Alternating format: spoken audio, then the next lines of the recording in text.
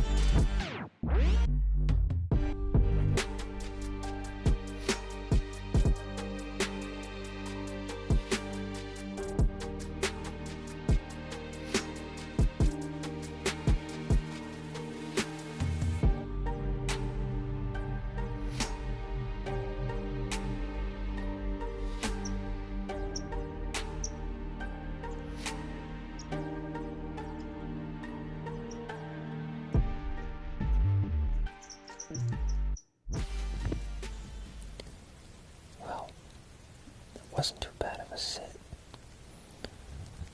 Had a little 4-point come in around 9 o'clock. He come down this trail, runs up. There's some oaks along the ridge, and they come down. That's where I've had my salt block, and then they come out and cross underneath that tamarack. Anyway, those 8 points have been coming through here every time there's been a south wind.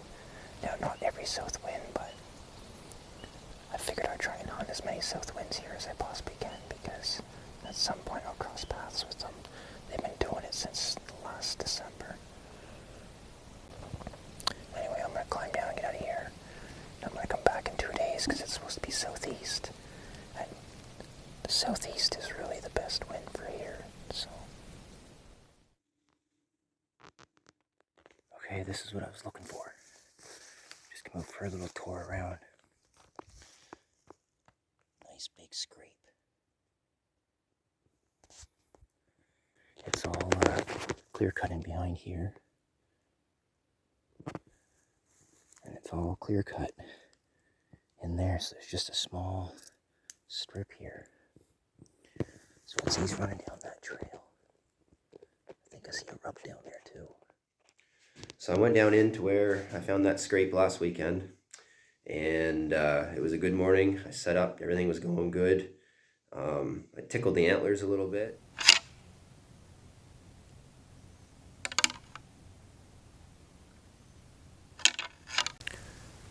Pretty sure I just had a buck walk by right over there. You could hear a bunch of stuff breaking, and then it sounded like he was making a scrape or something. I don't know, we're gonna have to go check it out later, because there was two trails, but this one here seemed like it was heavier. There was another one that was back in there where it was real thick. It would be a very good setup. Definitely hear a couple sticks break, so I know there was something definitely there. And then wasn't 15-20 minutes after that, I could hear somebody was hunting in the clear cut next to me with their dogs for probably woodcock and some grouse likely. So They ran clear down through. I could hear them there for 2 hours, and I eventually just said screw it, because where I was planning all the deer to come from was down in the piece of woods that they were going through. So completely busted it. It is what it is. Kind of ruined my weekend last weekend. So um, we got a huge cold front that just moved in. I wish I was hunting today, but I'm home with two sick kids, and I'm not feeling the greatest myself. But anyway, tomorrow morning I'm gonna get my stuff all packed up. I got my new stand. It's a new muddy stand. I've got some lone wolf sticks. Got that all packed up. I've got a spot I'm gonna go in the morning, right first thing. It's about a mile and a half walk. I have to walk into it. I haven't been there yet this year. It's where I get a picture of that wide. I'm assuming he's probably gonna be an 8-point. He's got a split ear on him, or a big slash in his ear. Hopefully he'll be there. Like I said, I haven't been in there in a couple of months. Give it a try. I'm gonna sit there all day. It was 20 degrees yesterday, and this morning it dropped down to close to 0. And tomorrow morning it's supposed to get down even more. It's supposed to feel like -5. So try this tomorrow. If that don't work out, we've still got 3 weeks left. We'll just see how stuff plays out. Well, the last couple of weeks have been kind of interesting. Hunted out the long spot there, the 2.2 kilometers away, and had a pretty good sit. It was a nice morning. Didn't end up seeing anything, but did hear a few things moving. The gravel trail I took to get in there, a couple times I heard some rocks moving and stuff, so I think something crossed there. But and then last weekend I sat at my mineral stand, and come to find out there's 4 other people baiting around that, so it kind of screws up my idea of figuring out what pattern they're on, because with apples around 400 meters away, it's just going to mess with everything. And I've noticed on the camera that hardly any action now. So then during this week, I had a couple decent 4-year-old looking bucks. Seemed like they're pretty good. So I decided to bait my mineral spot. Since there's 4 other baits, I might as well join in the party. So I'll probably name this video Battle of the Baits, because it's unreal. There's people baiting in the ditch and everywhere out here. It's just ridiculous. But anyway, it's Crown Land for you, I guess. Nobody around last year, but everybody's there this year. So anyway, there is a couple of 8 points flirting with daylight. There has been a couple out at 11 in the morning and stuff too. So all kinds of doe activity on the 2 baits now I have. So I'll probably sit where I sat last year and shot my good one. My buddy Matt, he's coming down. He's going to hunt for the better part of the week or so.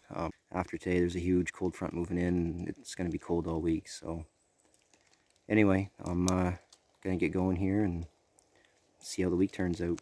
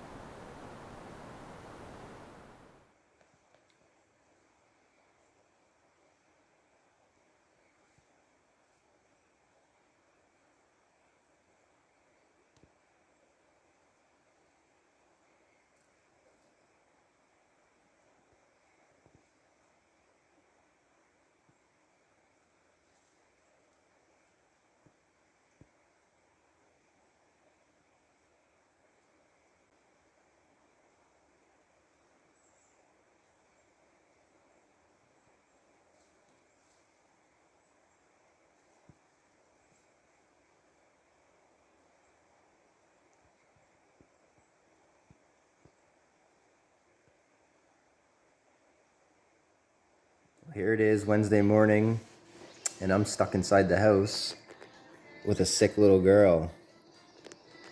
I took Matt out and dropped him off at the stand there this morning before daylight, so hopefully he'll have a pretty good day. He watched 2 does last night come across the brook, and so we're hoping this morning will be a lot better. He said it looks like the bait got hit pretty hard last night, so anyway, I'm going to take this one here for a drive in a few minutes, I think, and check a few cuts out back and try to get the day in. I can't sit in the house all day on a prime day like this. It's going to snow later, so anyway, we'll stay tuned. Hopefully we'll have one down here at some point. Me and Ellie were just out for a little drive, and I just shot, it looked like a pretty decent buck, just down in an old cut that they did last year. It dropped right in its tracks. It was about 120, 130 yards away. I hit him good, it seems like, so. We found him. He's a pretty nice little buck. Now we can focus on Matt getting a deer. So now I gotta figure out how I'm gonna get him out of here. That's gonna be the hardest part.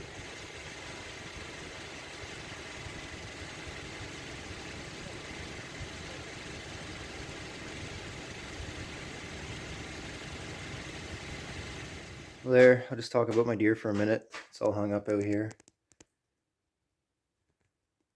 I couldn't find my scale, but just judging by his size, we figured he was probably, I don't know, 170 pounds or so. He had to have his legs all the way up to the 8-foot ceiling, and then his snout was still laying on the ground, so he's fairly long. I don't know, he got me excited when I get out of the truck, so I figured I might as well drop him. Seemed like he's a pretty decent deer. I mean, there's nothing wrong with that. Probably try bottling this one, see how that turns out. I've never done it before, but it is good because I have had it before. Now we'll talk about the rest of Matt's week. Wednesday morning, actually it's probably like half an hour before I seen this. He had a little 5-point or 6-point or something walk by, and he let it walk. I hunted with him Thursday and Friday.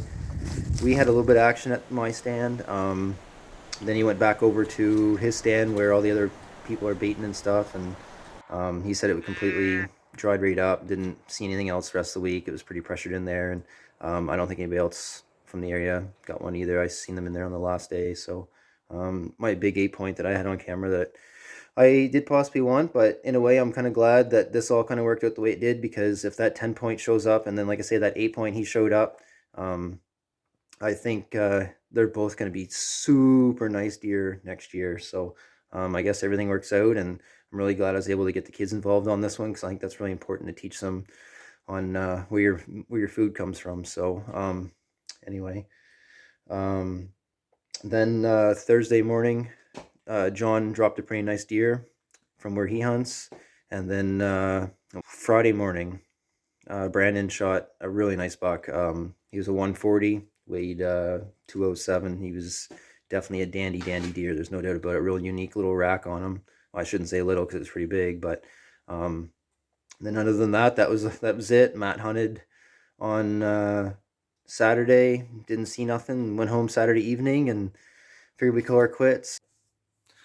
Well, there you have it. It was a pretty good year. Even though Matt didn't tag out, he was pretty happy anyway. He shot a moose this year. He got his first bull. So I unfortunately couldn't make it up for that hunt. But anyway, he got it done on his own. He did pretty good. Had some pretty nice ones on camera. And anyway, I guess going forward, I didn't accomplish everything I wanted to this year, but we'll have to wait, see what the damage is in the spring, and kind of basically start over, because I don't want to be close to those guys that were baiting next to me this year. I want to get away from them. I'm going to focus mainly on that 8-point, and I'm going to focus on that split ear deer. I got to figure out a way to somehow get in there and hunt him, and I got to run all my cameras and get in there after him. So, and then I got some pretty bad news the other day that on the last day of the season, the big deer that we've been after for, well, we've had pictures of him since 2015. We've really been after him for 5 years hard. We dubbed him Split because he always had a split brow. Anyway, he got shot the last day by just some random lady, just sitting in a tree stand. I'm going to do a video about it. I feel pretty gutted, really, to be honest. Anyway, I hope everybody had a pretty good season, and I guess we're just going to move some cameras around and see what's happening in the spring. Thanks for watching.